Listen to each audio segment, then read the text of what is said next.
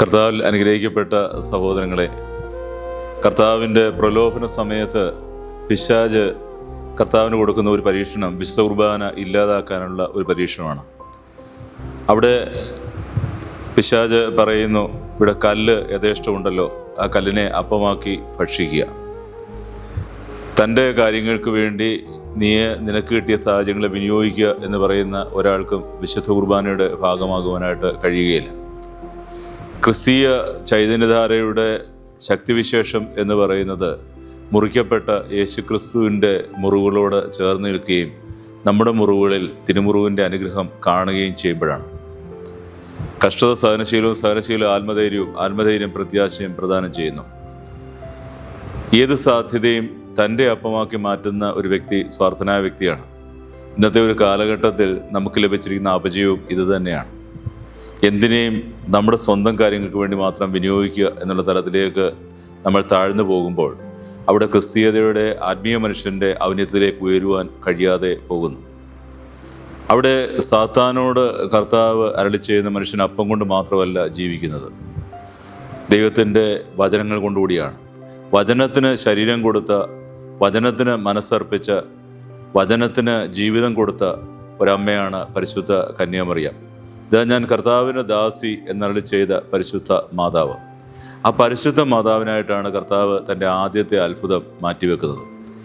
അത്ഭുതം മാറ്റിവെക്കുമ്പോൾ അവിടെ അവൻ പറയുന്നത് എന്തോ അത് നിങ്ങൾ ചെയ്യുക, വചനം എന്ത് നിങ്ങളോട് അനുശാസിക്കുന്നോ അത് ചെയ്യുക എന്ന് പറഞ്ഞ് നമ്മളെ എല്ലാവരെയും കുർബാനയിലേക്ക് നയിക്കുന്ന ഒരു സ്ത്രീയായിട്ടാണ് പരിശുദ്ധ കന്യാമാതാവിനെ നമ്മൾ കാണുന്നത്. കാനായിലെ വിവാഹ വിരുന്നിൻ്റെ ആദ്യത്തെ അത്ഭുതവും തുടർന്ന് പിരിയുമ്പോഴുള്ള കർത്താവിൻ്റെ അത്ഭുതവും ഇത് രണ്ടുകൂടെ ഒന്ന് മേളിക്കുമ്പോൾ നമുക്ക് അവിടെ ശ്രദ്ധേയമായ ചില കാര്യങ്ങൾ കാണാം. വിളിച്ചവനും പിരിഞ്ഞു പോകുമ്പോഴും അവരുടെ ഒപ്പം കൂട്ടായി കൊടുക്കുന്നത് വിശുദ്ധ കുർബാന എന്നുള്ളതാണ്. അവിടെ കാനായിൽ അവൻ പച്ചവെള്ളത്തെ വീഞ്ഞാക്കി മാറ്റി, വീഞ്ഞിനെ അവൻ സെഹിയോന് ചോരയാക്കി മാറ്റി. ആ ചോരയെ നമ്മുടെ ആൾത്താരകളിൽ അവൻ നൽകി. അവൻ നമ്മളോട് പറയുന്നു, ആരെന്നെ ഭക്ഷിക്കുന്നോ അവൻ മരിച്ചാലും ജീവിക്കും. ഞാനും നിങ്ങളുമൊക്കെ ഈ ഭൂമി വിട്ട് പോകുമ്പോൾ നമ്മൾ ഉണ്ട് എന്ന് കരുതിയവരും നമ്മൾ കൂട്ട് എന്ന് കരുതിയവരും ഒക്കെയും നമ്മുടെ കുഴിമാടം വരെ വരികയുള്ളൂ. ആ സമയത്ത് നമ്മുടെ ശരീരം മുഴുവൻ പുഴുക്കൾ തിന്നു തീർക്കുമ്പോൾ നമ്മൾ ഇത്രയും കാലം അഭിലാഷം അർപ്പിച്ച, ശരീരത്തിൻ്റെ അഭിലാഷങ്ങൾക്ക് വേണ്ടി ജീവിച്ച വ്യക്തിത്വം ഈ ഭൂമിയിൽ എരിഞ്ഞടങ്ങുമ്പോൾ 10-20 വർഷം കൂടി കഴിയുമ്പോൾ ആ മനുഷ്യനെ പറ്റിയുള്ള ഓർമ്മ തന്നെ ഭൂമിക്ക് നഷ്ടമായി പോകുമ്പോൾ നമ്മൾ ഓർക്കേണ്ടത് ദൈവത്തിൻ്റെ ആത്മാവിൽ, ദൈവത്തിൻ്റെ ഹൃദയത്തിൽ, ദൈവത്തിൻ്റെ മനസ്സിൽ നമുക്കൊരു പേരുണ്ട്. ആ പേര് ദൈവം നമ്മളോട് പറയുന്നു, നിങ്ങൾക്കൊരു വാസസ്ഥലം ഒരുക്കി ഞാൻ കാത്തിരിക്കുന്നു എന്നുള്ളതാണ്. ഇവിടെ ഒരു ഓർമ്മപ്പെടുത്തൽ നമ്മൾ കാണുന്നുണ്ട്. ശിഷ്യന്മാരോട് പറയുന്നു, എതിരെയുള്ള പട്ടണത്തിലേക്ക് പോവുക. നിങ്ങൾ അവിടെ ഒരു കുടവും ചുമന്നുകൊണ്ട് ഒരാൾ വരുന്നത് കാണും. അവരുടെ മനസ്സിൻ്റെ ഓർമ്മകൾ പെട്ടെന്ന് കാനായിലേക്ക് കടന്നുപോയി. അവിടെ ആ അമ്മ പറഞ്ഞതനുസരിച്ച് വെള്ളം കോരി ഒഴിച്ച പരിചാരകർ ഒരു നിമിഷം കടന്നുപോയി. അവിടെ പച്ചവെള്ളം വീഞ്ഞായി മാറുകയാണ്. ആ വീഞ്ഞിനെ ചോരയാക്കി പോകുമ്പോൾ ആ പഴയ ഒരു ഓർമ്മപ്പെടുത്തലിൻ്റെ തുമ്പിൽ നിന്നുമാണ് വീണ്ടും അവർക്കൊരു ഓർമ്മപ്പെടുത്തലിൻ്റെ ചിത്രം കൂട്ടിച്ചേർത്ത് വായിക്കുവാനായിട്ട് കഴിയുന്നത്. അത്ഭുതങ്ങളെല്ലാം തുടരേണ്ടതും അത് വിശുദ്ധ കുർബാനയിലേക്ക് എത്തിക്കുന്നതുമാണ്. എല്ലാ അത്ഭുതങ്ങളും നമ്മളെ നയിക്കേണ്ടത് വിശുദ്ധ കുർബാനയിലേക്കാണ്. ആ വിശുദ്ധ കുർബാനയിലേക്ക് നയിക്കുന്നതിന് തൊട്ടു മുമ്പ് കർത്താവ് ഒരു വിശുദ്ധ കുർബാനയിൽ നമ്മൾ പങ്കെടുക്കുമ്പോൾ നമുക്കുണ്ടാകേണ്ട മനോഭാവം എന്നൊന്ന് വ്യക്തമാക്കുന്നുണ്ട്. നമ്മൾ കാണുന്നുണ്ട്, കർത്താവിൻ്റെ പീഡാസനങ്ങളുടെ നാളുകളിലേക്ക് കടന്നു വരുമ്പോൾ ശിഷ്യന്മാർ കടന്നു പോകുമ്പോൾ അവർ പരസ്പരം തർക്കിക്കുകയാണ്. തർക്കിക്കുന്ന എന്തിനെ ചൊല്ലിയാണ്? തങ്ങളിൽ ആരാണ് വലിയവൻ എന്നുള്ള ചിന്ത. തങ്ങളിൽ ആരാണ് വലിയവൻ എന്നുള്ള ചിന്ത. നമ്മൾ ഒരു വിശുദ്ധ കുർബാനയുടെ അരികിലേക്ക് വരുമ്പോൾ നമുക്ക് ചിന്തിക്കാൻ കഴിയേണ്ടത് എല്ലാം ദാനമായിരിക്കെ ദാനമല്ല എന്ന മട്ടിൽ അഹങ്കരിക്കാൻ എനിക്കൊന്നുമില്ല എൻ്റെ കർത്താവേ എന്ന് പറയുന്ന മനസ്സാണ്. എളിയവൻ നിലവിളിക്കുമ്പോൾ കർത്താവ് അത് കേൾക്കുന്നു. കീഴ് തൊട്ടാൽ കറപറ്റും, അഹങ്കാരിയോട് അടുക്കുന്നവൻ അവനെപ്പോലെ ആകും.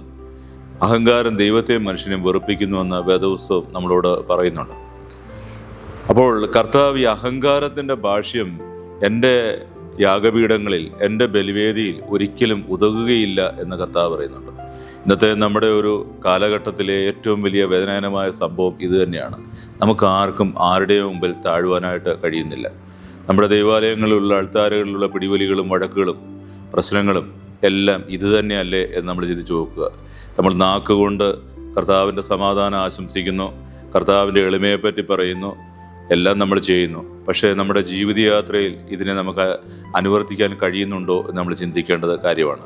കർത്താവ് അത് പഠിപ്പിച്ചത് എങ്ങനെയാണ്? അവൻ ഈ തർക്കങ്ങൾ മുറുകി കഴിയുമ്പോൾ അവൻ എന്തിനെപ്പറ്റിയാണ് തർക്കിക്കുന്നതെന്ന് ചോദിക്കുന്നുണ്ട്. നമ്മൾ അതിൻ്റെ ഒരു കർത്താവ് പറഞ്ഞു വെക്കുന്നത് പിന്നീട് കർത്താവ് കാണിക്കുന്നുണ്ട്. അതായത് കർത്താവിന് വാക്കിനും പ്രവൃത്തിക്കും തമ്മിൽ അകലമില്ലായിരുന്നു. ഇന്നത്തെ നമ്മുടെ പ്രത്യേകത ഇത് തന്നെയാണ്. നമുക്ക് വാക്ക് ഒന്ന്, പ്രവൃത്തി വേറൊന്ന്. ഇവിടെയാണ് ക്രിസ്തീയതയുടെ ഏറ്റവും വലിയ മൗഢ്യം നിലകൊള്ളുന്നത് എന്ന് ഓർക്കുകയാണ്. കർത്താവിന് വാക്കിൻ്റെ നേരുണ്ടായിരുന്നു, പ്രവൃത്തിയുടെ നേരുണ്ടായിരുന്നു. നമ്മുടെ ജീവിതത്തെ അനുവർത്തിക്കാൻ ശ്രമിക്കേണ്ട ഇതാണ്. അവന് ഭക്ഷണത്തിലിരുന്നപ്പോൾ അവന് അവരുടെ പാദങ്ങളുടെ അരികിലേക്ക് മുട്ടുകൾ കുത്തി.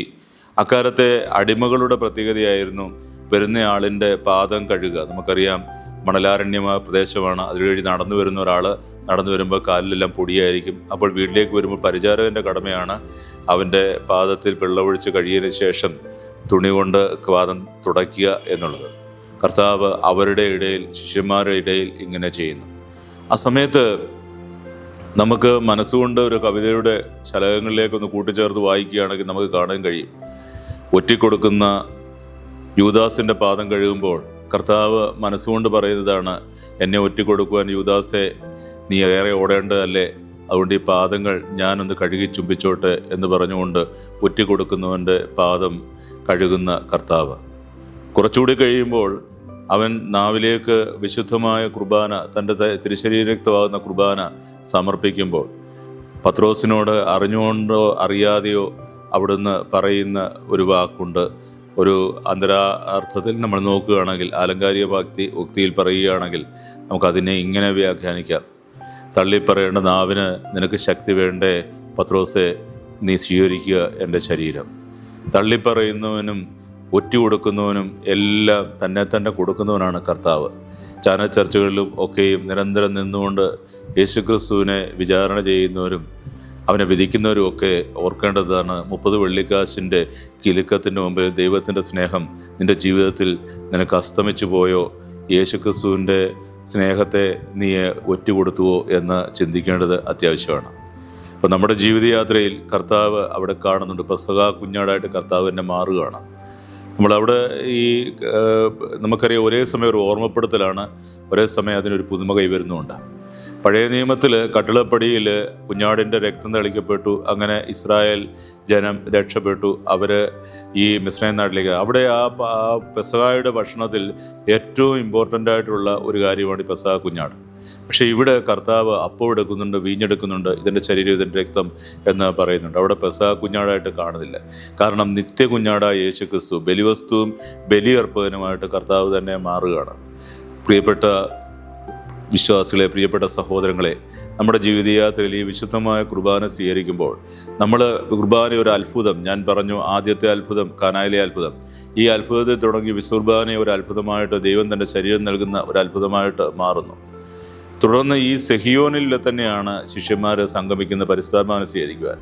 ഓരോ വിശുദ്ധ കുർബാനയും പരിശുദ്ധാത്മാവിൻ്റെ നിറവിൽ നമ്മൾ വളരാനായിട്ട് ഉള്ള കൂദാശയാണ്. നമ്മുടെ പരിശുദ്ധാത്മാവ് പ്രവർത്തിച്ചാൽ നമ്മുടെ ഇടയിൽ ഉണ്ടാകേണ്ടത് സമാധാനമാണ്. പഴയ ക്രിസ്തീയ സമൂഹത്തിൻ്റെ പ്രത്യേകത എന്ന് പറഞ്ഞാൽ സമാധാനം അവരുടെ കൂട്ടുകായ്മയുണ്ടായി. നമ്മുടെ വീടുകളിൽ സമാധാനമില്ല, നമ്മൾ ഇടപെടുന്ന മേഖലകൾക്ക് സമാധാനമില്ല, നമ്മൾ ഇടപെടുന്ന ഒരാൾക്ക് പോലും സമാധാനം കൊടുക്കാൻ നമുക്ക് കഴിയുന്നില്ലെങ്കിൽ കർത്താവ് ചെയ്ത സമാധാനം നമ്മൾ വസിക്കുന്നില്ല എന്നുള്ളതാണ് സത്യം. അതായത് കർത്താവ് പറയുന്നുണ്ട്, ഞാൻ നൽകുന്ന സമാധാനം ആരും നിങ്ങളിന്ന് എടുത്തു കളയത്തില്ല. കർത്താവ് നൽകുന്ന സമാധാനം, ഒരിക്കലും എടുത്തു കളയാത്ത സമാധാനം നമ്മളിൽ നിറഞ്ഞെങ്കിൽ മാത്രമേ അത് കവിഞ്ഞൊഴുകത്തുള്ളൂ. അതിന് നമ്മൾ എന്ത് ചെയ്യണം? ദൈവത്തോട് ചേർന്ന് നിൽക്കണം. ദൈവത്തോട് ചേർന്ന് നിൽക്കുമ്പോൾ ദൈവത്തിൽ നിന്ന് പ്രസരിക്കുന്ന ഒന്നാണ് ഇത്.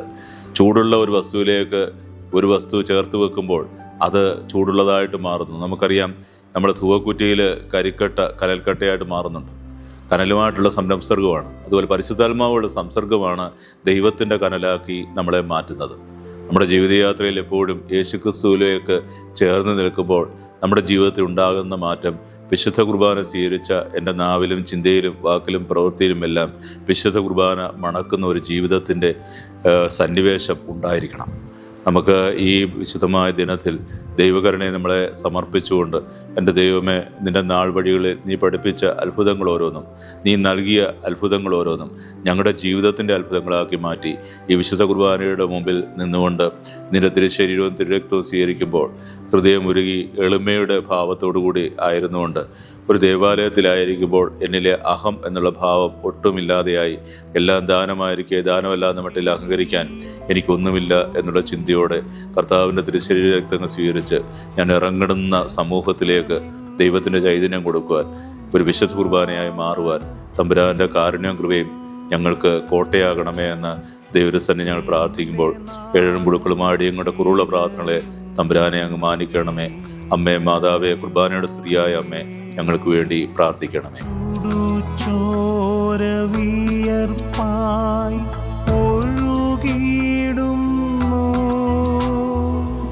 എന്റെ പാപം ഏറ്റെടു